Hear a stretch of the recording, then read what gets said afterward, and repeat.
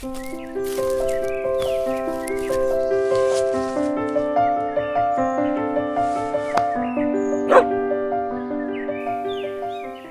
hello again, and today we're going to do something just a little bit different. We're going to go and see a friend of mine called John, who's got a lovely Second World War vehicle, and we just thought we'd take a look at that vehicle and talk to John a little bit about the pleasures, the pitfalls, the enjoyment one gets from owning a Second World War historic military vehicle.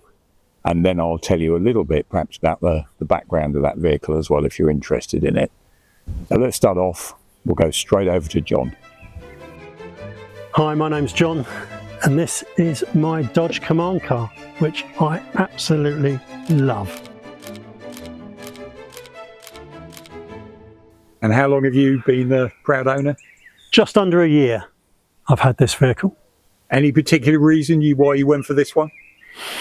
Well, originally I was looking at getting the Jeep, as everybody does, and while I was kind of looking through ads online, I saw this available, and I remember seeing one on a trip to Normandy a few years ago, and I thought, well, it's not going to hurt just to go and have a look. But when you see one in the flesh, it's hard to kind of go back. So I had to sit and work my finances out. But yes, this is how I got my Dodge. So I'm just going to press you on that, because there's loads of people who are going to watch this and thinking, when's the time? Is there a good time, bad time, whatever?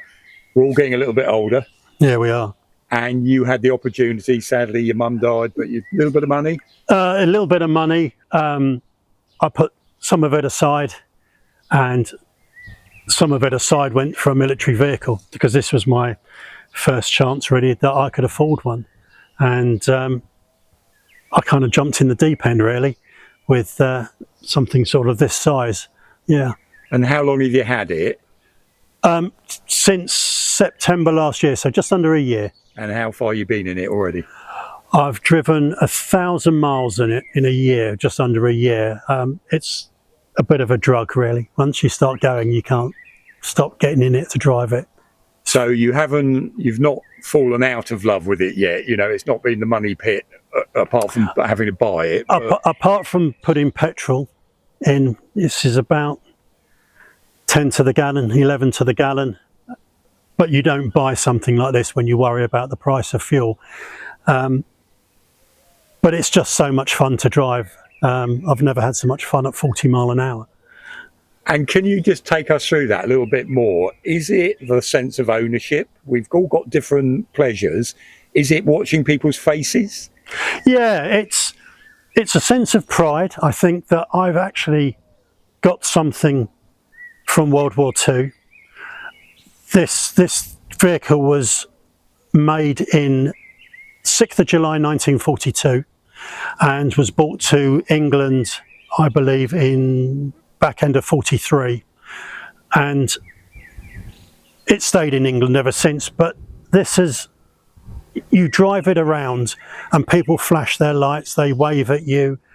I get people coming up and asking me if they can take photographs while I'm filling up with fuel. I've got people looking at it with their kids if I'm parked up, and it brings back the joy and the excitement I think I had as a child, seeing somebody in a military vehicle. And now I have that military vehicle, and I still get the buzz when I see other people get excited about it. It's a hard thing to explain, but it does give you a good feeling, yeah. You also have the bit where there's a picture, it's on a war movie, or you open a book and there's a picture of this and you think... Oh, definitely, without a shadow of a doubt. I mean, these are quite rare in some respects compared to, I don't know, 400,000 Jeeps were made.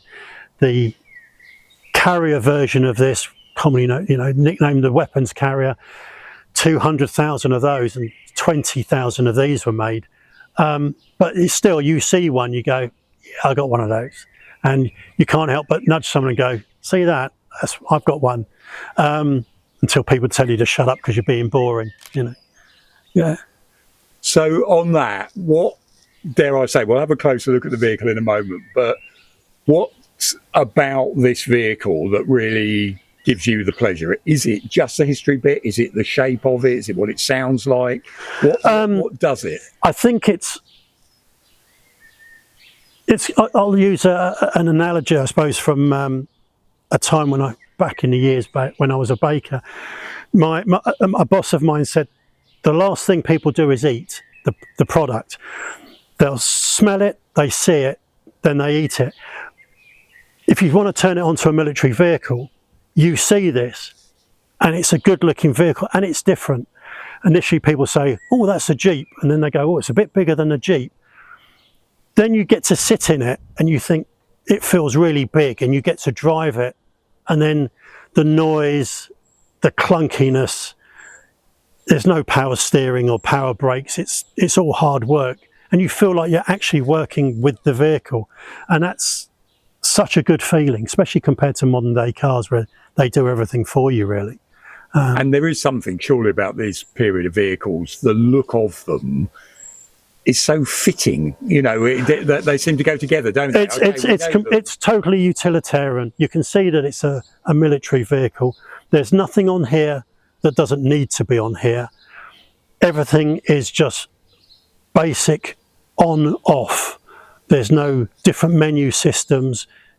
It's all function, and that is really nice. You know where you are. If something breaks or goes wrong, right, that's where I'm looking.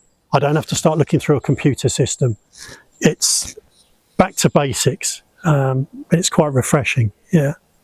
And on that, how original do you think this vehicle is? You know a bit about its history, don't you? Yeah, I do. I've got photographs on the first day a farmer bought this from the military in 1950. I even have the original logbook where it was converted to agricultural use. The second owner bought it in 1980, and he took photographs cataloguing the vehicle. So I have the images of this 30 years after the war, looking in quite a sorry state, but with its original paintwork still on it before it was restored. And I would say probably 90% of this is still original.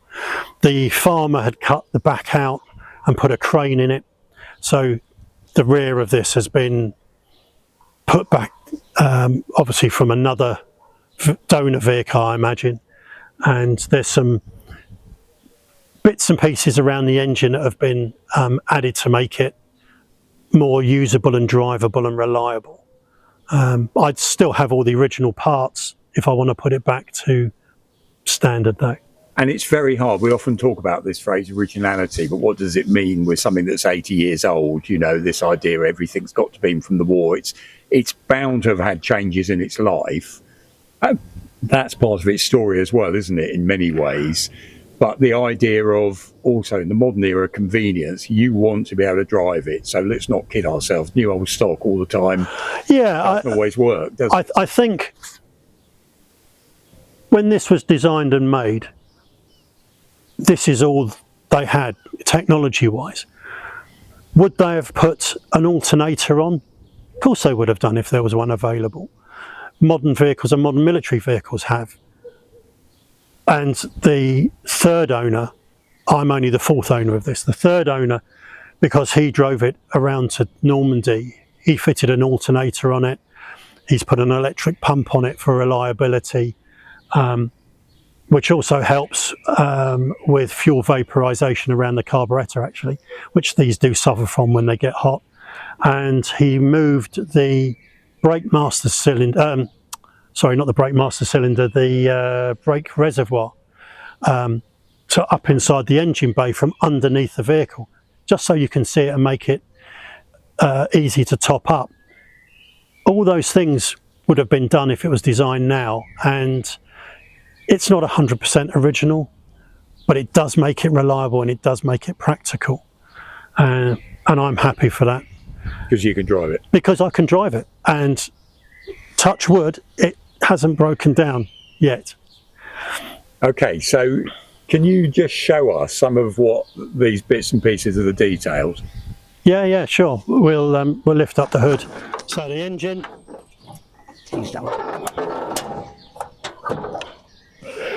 it's a flathead, 6-cylinder, 3.8 litre, 92 horsepower, but it does have quite a lot of torque to it.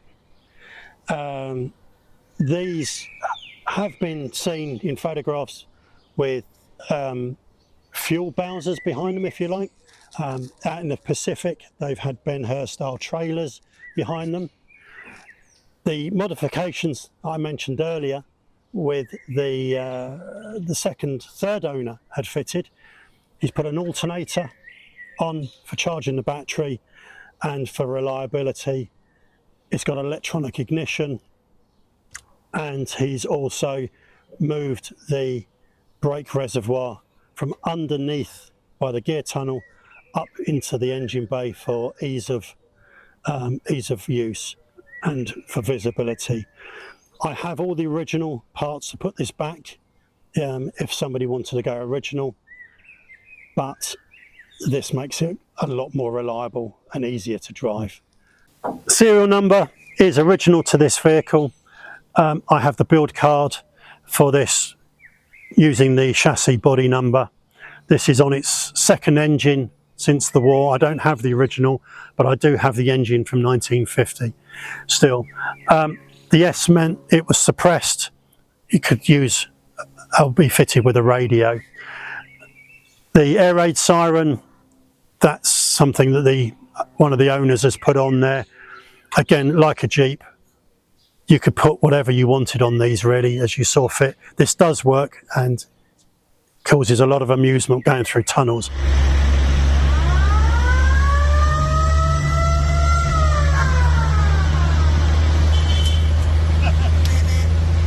Spare wheel. As an airfield vehicle, if it was ferrying pilots to and from their airfield, I've got photographs of them being used at Duxford on Thunderbolts, these wheels would be off. There's no need to have a spare wheel on an airfield. This is a radio antenna.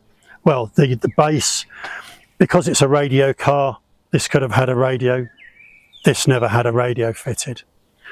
And we're moving round. Canvas, this can be dropped right back. I can leave the windscreen up.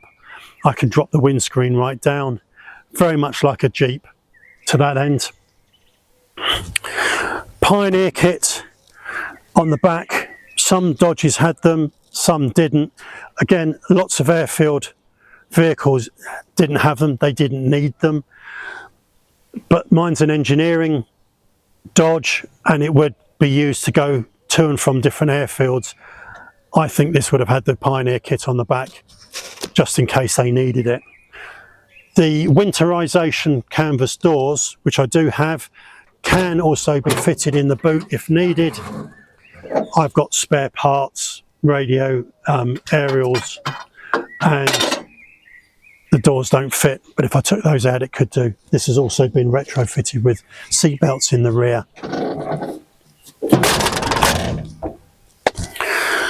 The junction box, should I have a radio fitted, would have been wired into that. The battery for the vehicle is under here, and this is the map table that then pulls out, and it's quite a good size, and with a homemade leg I use it as a table at shows, put drink and sandwiches on. There's a lot of debate whether or not these had stays or legs for the table. It seems to be general consensus that you just rested the table on your knees if you needed to look at a map.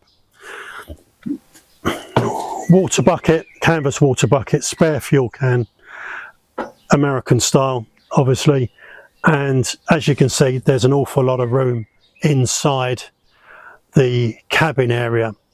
I'm 6'1" and I can sit in the back quite happily, although at the front my knees feel like I'm around my ears, but at least it's not as tight as if I was sitting in a Jeep. To start this vehicle, you normally would have a toggle switch as you get on Jeeps, the previous owner has put an ignition switch in, so it's very simple. Turn it on, and then there's a button underneath the dash. You press, and it starts. I have to say this is pretty good. Even when left for 2 or 3 weeks, this starts first push of the button. This here's my light switch. Has various positions: side lights, headlights, or I can have no lights on at all except for, say, a convoy light if it was fitted. Choke as normal. This is a throttle, so instead of me trying to start it and keep my feet on the accelerator pedal, I can just pull this out and it'll open up the carburetor a little bit and keep the throttle going. And this is my panel lights. I can have these lights on, or I can have them off, because none of the gauges are backlit. Again, it's military. You can drive this completely in the dark if you have to, or you can have certain lights on and off depending on what you want. The high beam, very much like old 1950s, 60s, 70s cars even, is a button on the floor you push to get high beam on and off. And that's the button for my air raid siren is there, which keeps children entertained if I go past them. Glove box lid, I have the original. This is a second-hand one. My original one, which has writing inside, Seattle, Washington and somewhere else. We think it's from a soldier who drove in this. He's written down where he's came from. Windscreen wipers are pneumatic, and you can also use them manually if you need to. Some people convert these to electric, mine are still pneumatic. Handbrake and 4-wheel drive lever. There is only 4-wheel drive or 2-wheel drive. There is no high ratios or low ratios, and it makes life a bit more simple really. It also means that the front axle can be transposed to the rear axle and vice versa if you need to, and I do have a spare axle in my spare parts collection. So tell us what it actually feels like when you're driving it. Is it a good driving position? It's not a bad driving position. You're in quite a good commanding height around other vehicles. I guess you're about the same height, maybe slightly higher than if you're in a Range Rover. Big steering wheel, and you realise why when you're doing your driving lessons they teach you to feed the steering wheel, because you have to with this. There is no power steering, and this is hard work turning the thing around. What about gear changes? Are they fairly smooth? You're pretty good with that now? Or? I'm not too bad. The best way someone described doing a gear change is you drive it like you stole it. Don't hesitate when you're doing a gear change. This is a crash box, so it's double declutching. Clutch in, into neutral, clutch out, clutch back in, change into the gear, clutch out. The driving position when you are on the clutch, your knees come up quite high, and the biting point is fairly high on these as well. So you do feel like your sort of arms and legs. But unlike say a Jeep, I've still got quite a bit of leg room around, and the seat is fairly comfortable as well, I have to say. How long have you driven it? What's the longest you've been sat there driving? The furthest I've driven this is 100 miles, Portsmouth to here, and it's noisy, and it's not too bad once you get going. It's braking, holding it on the clutch isn't often a problem, especially in traffic. I try and put it back into neutral, and the thing I haven't really mastered is hill starts on this. The handbrake isn't really a handbrake, it's more of a parking brake, and I've slipped the clutch many a time trying to get this thing going. Not ideal, to be honest. Why do I like to drive this around? I like driving it, I feel like I'm actually part of the vehicle. It's very engaging and just very rewarding to drive. You come away feeling like you've had a bit of a workout, to be honest, with the steering wheel and the steering and the noise. You get the smell, because it still smells old, and it's just great fun. And it's just seeing people's faces. Little kids at the side of the road, they'll stop and they pull their dad's hand and point, and if I can, I'll try and put the air raid siren on, and their little faces just start smiling. And it just takes me back to when I was a kid, seeing a military vehicle, doing exactly the same with my mum. And it's a thrill. It's really good. Now we've had the chance to see John's vehicle, his WC56. I just thought I'd just give you a little bit of a background for those of you, where's this vehicle fit within the American military setup? And it's a Dodge WC56, as I mentioned, and Dodge start off back in 1900. The Dodge brothers, they set up a factory in Detroit, and they're precision engineers, and what they start by doing is they're making component parts for lots of other people that are setting up automotive works in Detroit. So they're making parts for Henry Ford, etc. And it's not till 1914 that they start off on their own production of a car. And then during the First World War, they end up making about 12,800 trucks for the American military. And so that association begins quite early on in their establishment.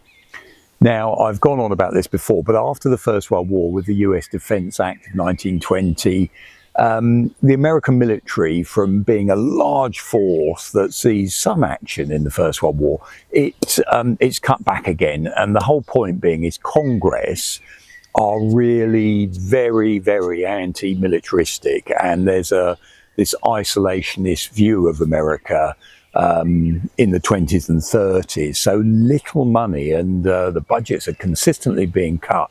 So those in the US Army, and I keep saying it, we're so used to seeing an American army that's always been massive in most of our lifetimes, but the fact that this was a relatively small force, kept together only really because of the threat of border wars with Mexico, etc.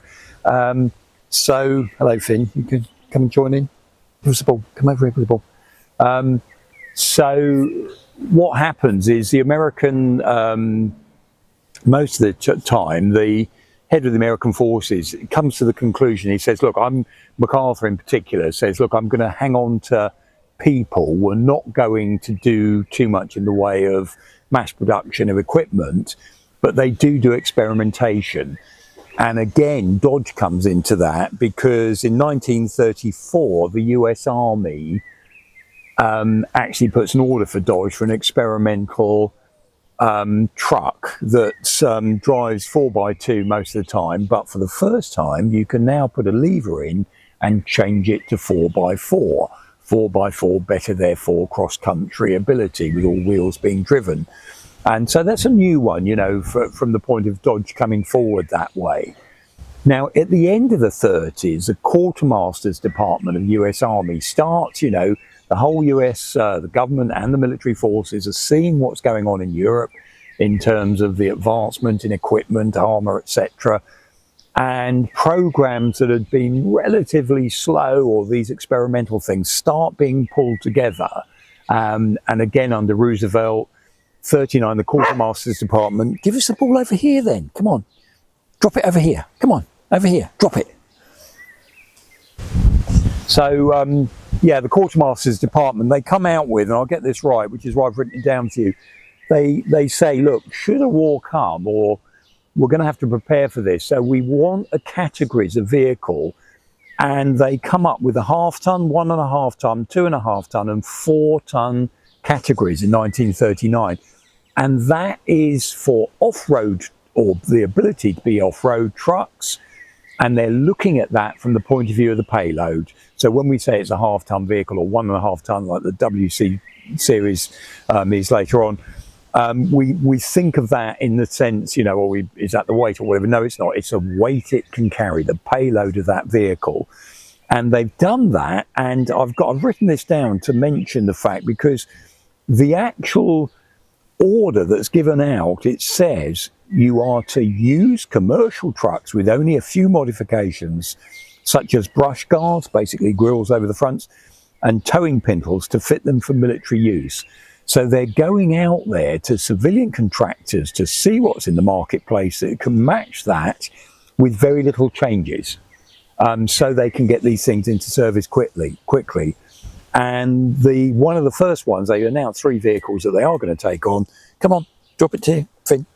And the half-ton goes to Dodge, a Dodge 4x4 commercial TC series truck that goes into initial service.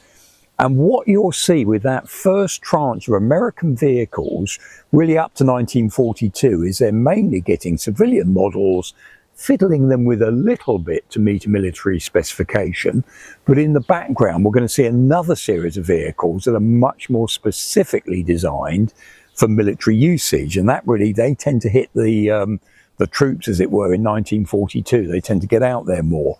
Now, this idea as well, WC, was it weapons carrier, whatever, it's letter codes for the Dodge company. 1940, the letter code is V, and they would have a second letter for weight category. So the half-ton weight category for Dodge was given with the letter C. So VCs, which are the vehicles that they're producing in 1940, it means a 1940 half-ton vehicle for Dodge. They changed that, of course, the next year, 1941, when they're starting to design this new specifically military series of trucks. And that becomes WC, the next one after V, obviously W. So the 1941 model is WC. And the problem's going to be for the American military is every year we're going to be changing these categories, or this WC, next one will be, etc. As we go down, you can see how this is going to get confusing. So what happens in the American military after 41, they basically glue that WC series and say, don't change it again. We're just going to stick with WC for the rest of the war for your Dodge family of vehicles. And that Dodge family, basically the new range that they're starting to develop in 41, that they're designing, gets out there in 42, much more wider, squarer bodies, flat top engines. You see the early ones got lovely curved grills, etc. That lot is being produced, and they up the loading to 1.5 ton, but we don't change the actual WC, as I mentioned before, series bit and everything. They've all got a 92 horsepower Chrysler flathead engine, petrol engine in there. And the key one as well, that Dodge are very keen on the US military for very understandable reasons, because they're shipping all these vehicles. They're not going to be used in America, of course. They're going to be shipped around to the Pacific theatre and Europe for the actual troops to fight with, and be supplies, of course, all around the world. They've not only upped the load, but they insist that about 80% of the parts are common to the whole series. And when I say series, we end up with over 52 variants pretty much built on initially 4x4. They do start the following year, 43, they make some 4x6s. And that idea of being able to use the same engine, same transmission, many of the components the same in all of these 52 variations on the WC series, basically the light truck series with different bodies. So you've got ambulances, you've got weapons carriers, you've got the command car like John's got, there's so many different variations on a theme there, but underneath trying to keep that same engine, same transmission, etc.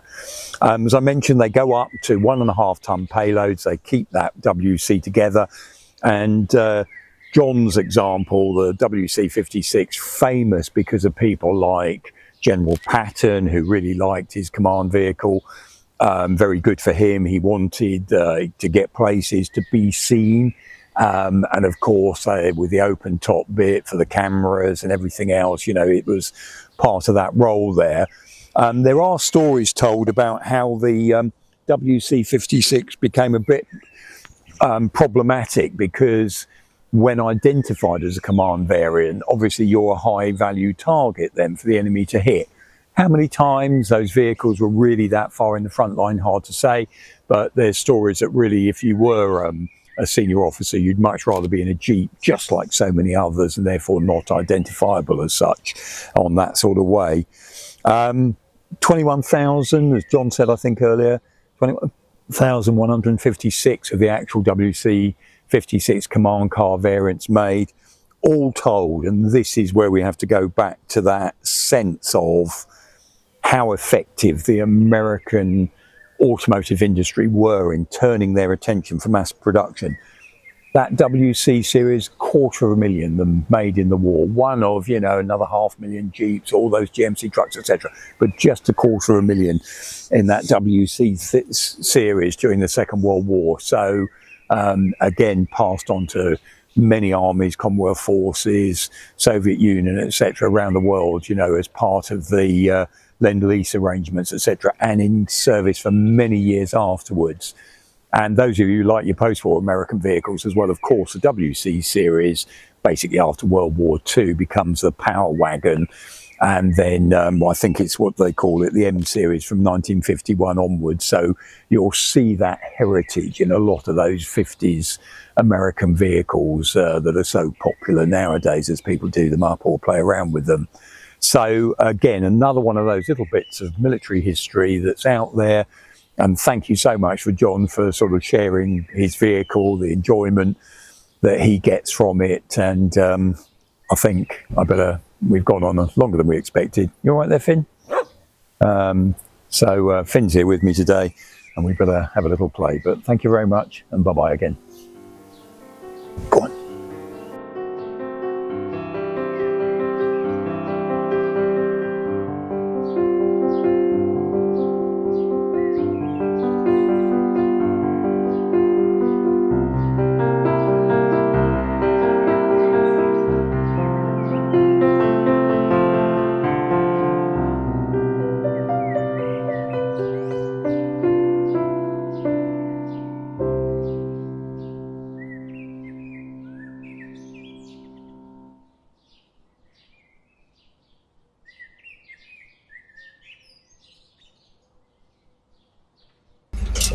My lighting,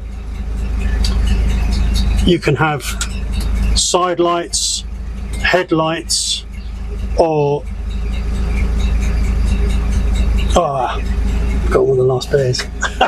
Indicators, no? No, they're over here. They've been, because these have been fitted differently. Headlights, side lights, headlights, and what? Full beam? No. What's the Fog? When it's air raids? Lights. Oh, dimmed. Right, dimmed. We won't go. We'll just say that's the light switch. Do that one then. Right, go again.